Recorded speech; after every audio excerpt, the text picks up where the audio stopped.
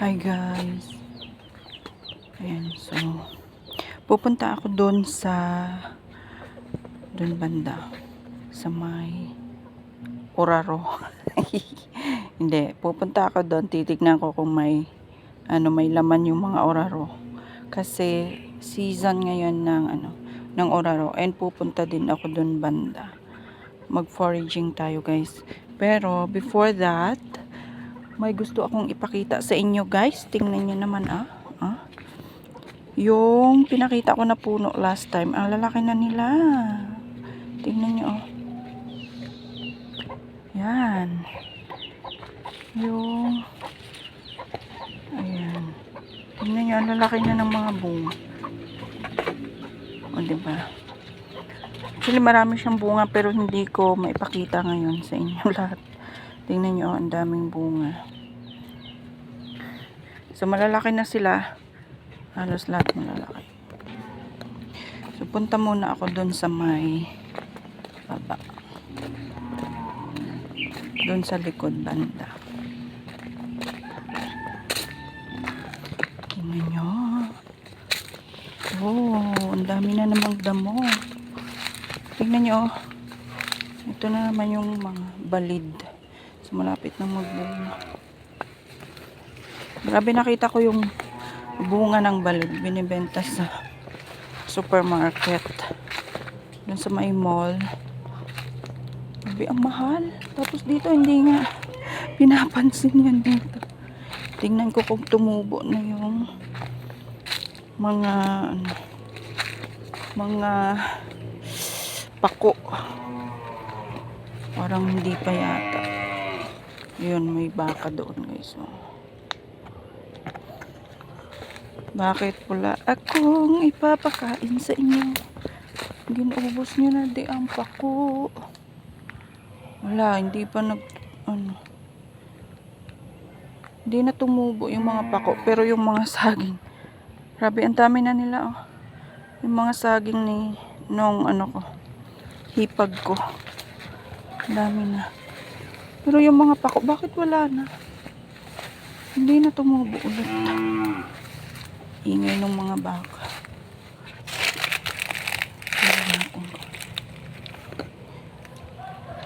Ito ginagawa namin panggatong ito. Tingnan nyo yung mga buko. Walang mga laman. And bago sila mahulog kasi, parang tumubo. Meron na silang mga tubo. Last time marami akong nakitang dito. Tawag doon? Tino ang tawag sa amin. Pero ngayon, parang wala na. Wala na yatang tino na na overpower na ng mga damo tsaka na overpower, na overgrowth ng mga damo. Oh, nahulog. Wait lang guys.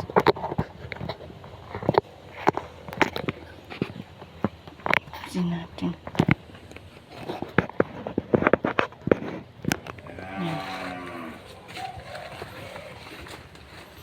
Oh, minsan nakakatakot dito. Grabe. Wala, ano na nangyari dito? Bakit ganito na? Namatay na yung mga tanim.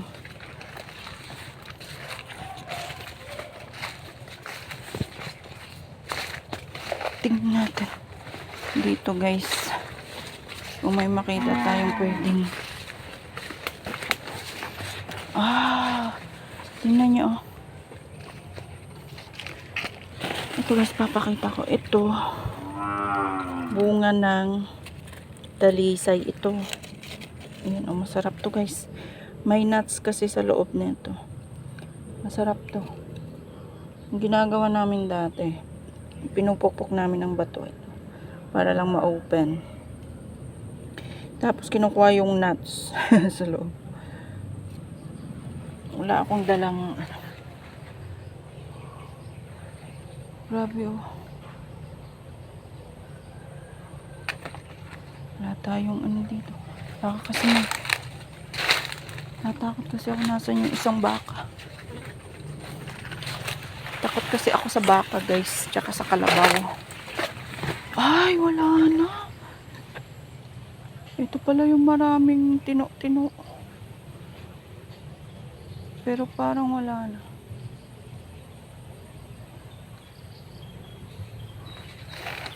Tingnan nyo.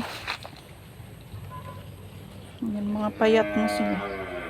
Payat.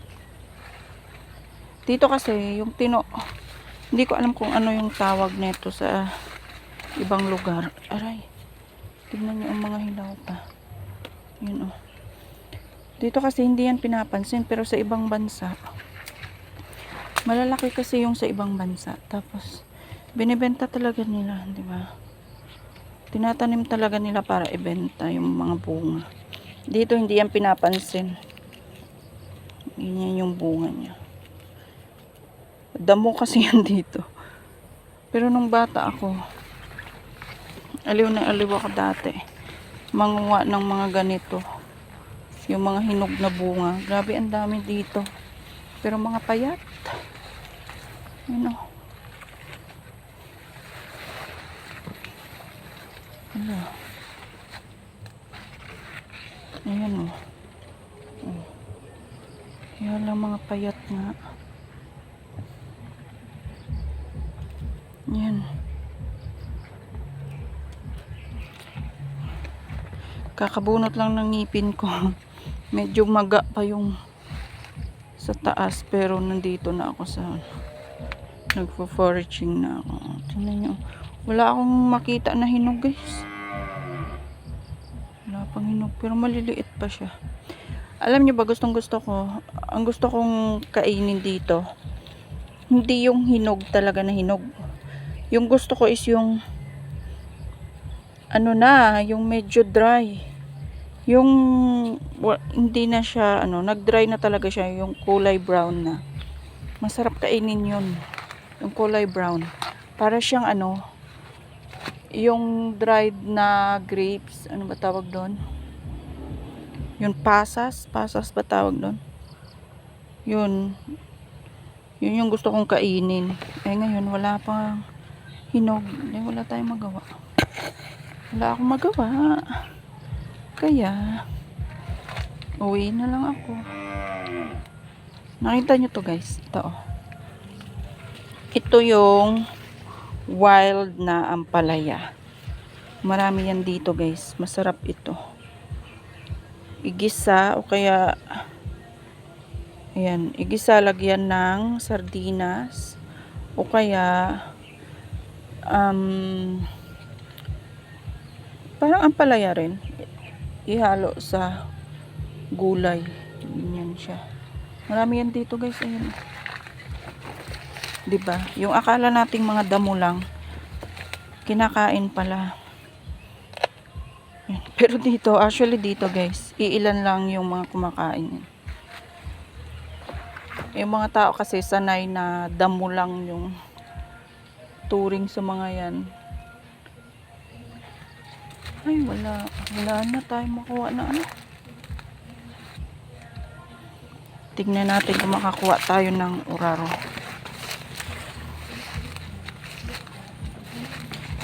Aray. Tingnan nyo. Ano to? Parang ano to ah? Langkawas. Langkawas or ano? Kawas ba to? Ay, amoy langkawas. Langkawas ba to guys? Parang amoy langkawas. Yung parang luya na puti. Kasi iba din yung luyang dilaw. Tignan natin kung may laman yung mga oraro.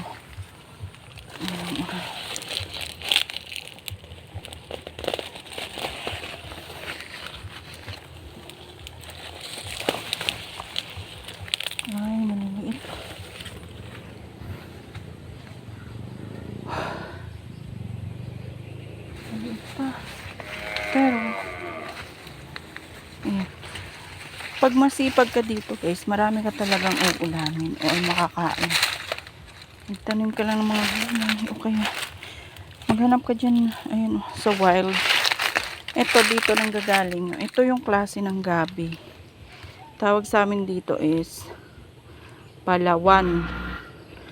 So ito yung kinukuhanan namin ng takway. Ewan ko may takway pa. Tingnan natin kung may takway. Ay, maliit pa lang. Ayan. Maliit na. Ayan, maliit pa. Masarap yan adobo. Hanggang dito may ano may saluyot. Ayan, may saluyot. Mataba pa. Mataba pa yung saluyot. Doon sa amin ang daming ayun ang saluyot pa. Nandito lang sa wild. Hanggang dito umabot ng saluyot. Ay. Alam nyo ba ito yung mga pinapakain ko dati sa baboy? Ayan. Palawan din ang tawag dito. Ay! Kakatakot naman ito. Bakit na?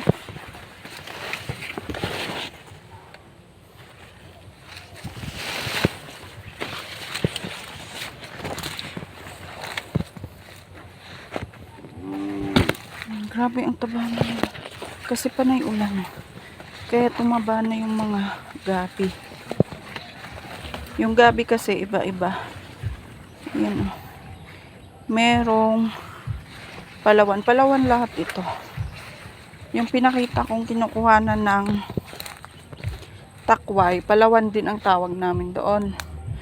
Ano, pero may isa pa siyang pangalan. Nakalimutan ko. Sabi, tingnan nyo yung baka. Oh. Kumakain. Yan siya.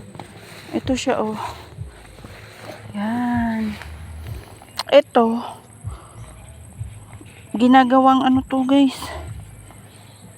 Gulay. Yung ganito pa siya.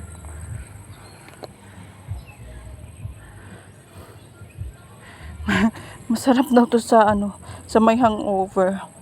Ilalaga tapos lalagyan ng luya. Tapos titimplahan ng asin.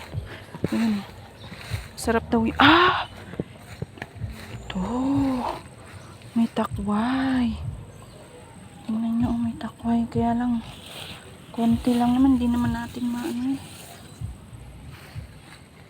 Dapat marami. Masarap yan, adobong takway. Diyan ako nangunguha ng takway. Oh, ito may takway rin, oh. Kaya lang maliliit. Maliliit pa. Dito dati marami akong nakukuhang takway.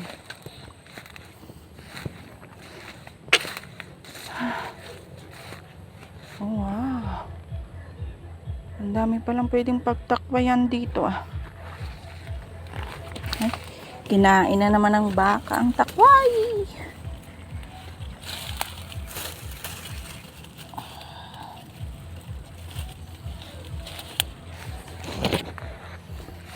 Ay, tuko. Wala na nangyari dito.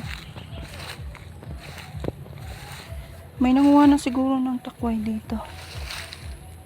Maliliit pa yung iba. Kasi wala nang malinis na dito. Mayroon namang mga takway pero maliliit pa. Ito nga pala guys, dati hindi namin alam na kinakain ito. Actually ngayon hindi pa rin siya. Yung mga tao dito hindi pa rin aware na kinakain siya. Ayun, oh, yung puno na yan, oh. Pero ano pala siya? Family pala siya ng fig.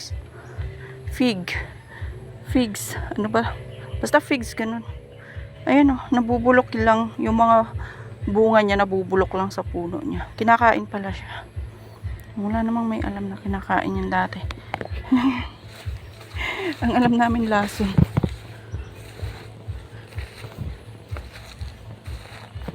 Sa susunod na araw, pwede na. Nilinis nila yung ano. Takwa yan ah. Dati ang sipag kong mangahoy dito. Grabe ako ayun. So, that's it for now. Tingnan niyo. Parang gusto kong kunin yung mga dahon. Tapos pakain sa baboy. Kaya lang wala na akong baboy ngayon. Hindi na ako nagbababoy ngayon. Grabe ang tatabahan. Thank you so much guys.